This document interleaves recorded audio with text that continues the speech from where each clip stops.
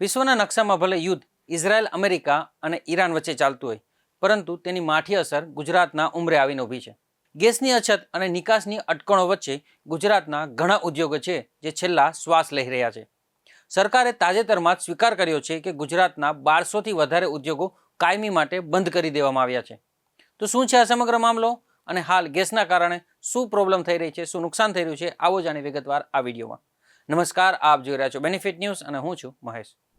આ કોઈ અટકણ નથી, પણ રાજ્ય સરકારનો સત્તાવાર સ્વીકાર છે. સરકારના આંકડા મુજબ અત્યાર સુધીમાં ગુજરાતના 1212 ઉદ્યોગો કાયમી ધોરણે બંધ થઈ ગયા છે. આટલું જ નહીં, આશરે 28,517 જેટલા એકમો અત્યારે ગંભીર આર્થિક કટોકટીનો સામનો કરી રહ્યા છે અને માંડ કાર્યરત છે. મોરબીમાં ગેસ કાપ અને વધતા ખર્ચને લીધે 400થી વધુ સિરામિક ફેક્ટરીઓના ધુમાડા સમી ગયા છે. તો બીજી તરફ સુરતમાં ટેક્સટાઇલ ઉદ્યોગમાં નિકાસ ઘટતા યુનિટ સિંગલ શિફ્ટમાં આવી ગયા છે અને હીરા ઉદ્યોગમાં આંતરિક માંગ તળિયે બેસી ગઈ છે. જ્યારે સૌથી વધારે ધમધમતા હોટલ વ્યવસાયમાં પણ કોમર્શિયલ ગેસની અછતને કારણે આ વ્યવસાય અત્યારે મરવાના વાંકે જીવી રહ્યો છે.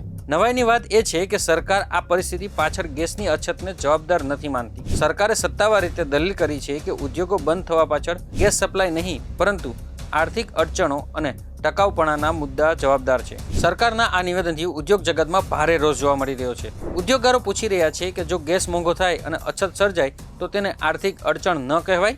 જોકે રાહતની વાત એ છે કે હજુ સુધી મોટા પાયે છટણીના બનાવો નોંધાય નથી એવું સરકારનું કહેવું છે. સરકારના દાવા મુજબ 50,000 કામદારો માટે 159 ઔદ્યોગિક સમુદાય રસોડા શરૂ કરવામાં આવ્યા છે. પણ સવાલ એ છે કે શું રસોડા ચલાવવાથી ગુજરાતના ઉદ્યોગો બચશે ખરા, કે પછી સરકાર ઉદ્યોગોની વાસ્તવિક મુશ્કેલીઓ સમજીને તેના માટે નક્કર પેકેજ જાહેર કરશે? એ તો હવે આવનારો સમય જ કહેશે. પરંતુ એક વાત તો નક્કી છે કે જો યુદ્ધ વધારે સમય ચાલ્યું તો વિશ્વભરના દેશોની માઠી દશા નક્કી જ છે. Bureau report, benefit news, Ahmedabad.